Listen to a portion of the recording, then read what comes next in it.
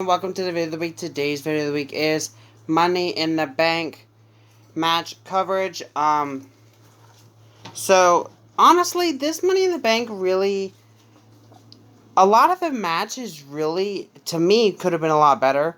Now, obviously, the Money in the Bank briefcase matches were pretty cool, but the other matches I think really could have had a little bit something else. Now, give or take, there was a few moments in a lot of the in some of the matches, but I mean, some of them I think it could have been a little bit better, and I'll tell you here in a minute which ones exactly. But on the pre-show, to be honest with you, I did not watch the pre-show.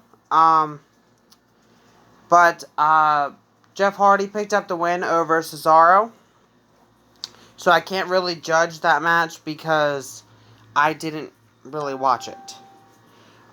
Then we had on the main show, but these are not in order, by the way. But we had R-Truth supposed to be taking on MVP, but he ended up taking on Bobby Roode. Or he ended up taking on Bobby Lashley, I'm sorry. And Bobby Lashley pretty much picked up the win, and no disrespect to R-Truth, but I kind of figured that was going to happen. Then later on in the night, R-Truth said he was going after the 24/7 championship, and he was going to go after Rob Gronkowski, but he said someone else. I don't remember exactly who. Tom Brady, that's who he said, Tom Brady. Even though he meant Rob Gronkowski, obviously. Then we had a New Day versus The Miz and Morrison versus the Forgotten Sons versus Lucha House Party in the SmackDown Tag Team title match, which was a Fatal 4-Way Tag Team match. The New Day successfully retained their SmackDown Tag Team Championships. And this match is one of the matches I think could have been a lot better. I mean, I think they could have made this a little bit better than they did. But moving on, we had Bayley versus Tamina. Another match I really think that they really should have made it a little bit better. No disrespect to Bayley or Tamina in any way, but I think they had the capability of doing a lot better than they did. And obviously Bayley picking up the win and retaining her SmackDown Women's Championship.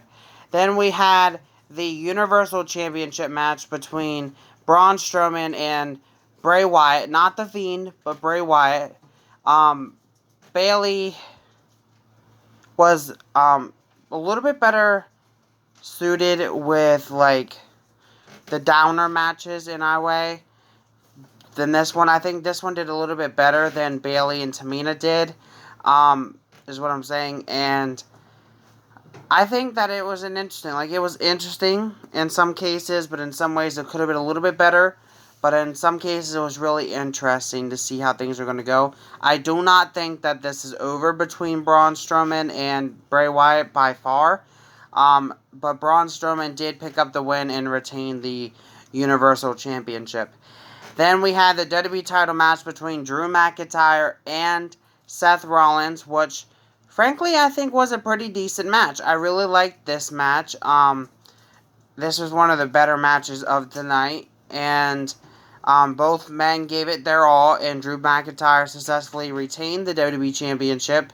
And then after the match, both men shook each other's hands, and they went their different ways. But ultimately, I think that shows a lot of respect between both of the gentlemen, and be kind of interesting to see if this storyline is going to continue between them, or if Drew is done with Seth and moving on to the next challenger.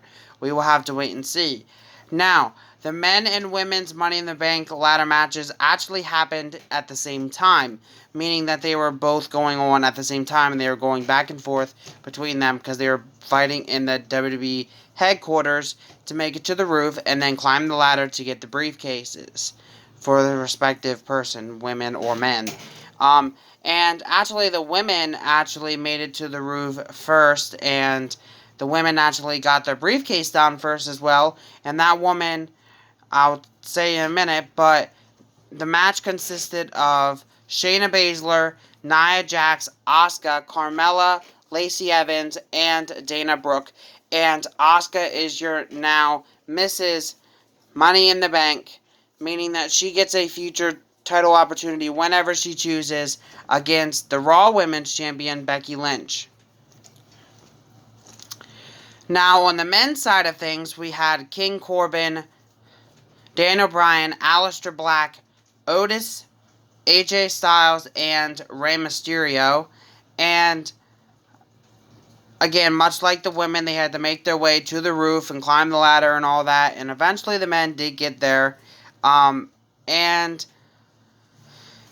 it was King Corbin and AJ Styles both on the ladder at the same time. They both pulled the briefcase down, but so that means no one won at first. But then, out of nowhere, Elias comes and hits King Corbin from behind with a guitar. From the impact, I'm assuming that it caused AJ Styles to lose the grip of the briefcase as well, meaning the briefcase fell out of the hands of both King Corbin and AJ Styles into the hands of Otis, who was crowned the winner since he had full control over the briefcase solely by himself. So that means Mr. Money in the Bank is Otis. So it's going to be kind of interesting to see what Otis does with the Money in the Bank. And that pretty much means that he gets a title opportunity against Braun Strowman sometime down the line. Or against whomever shall be the Universal Champion down the line. We'll have to wait and see. But thank you guys for watching. And next Wednesday's video of the week is a Seth Rollins takeover, which I'll be saying 10 facts about Seth Rollins that you may or may not know. So thank you guys for watching. Have a great day. Peace.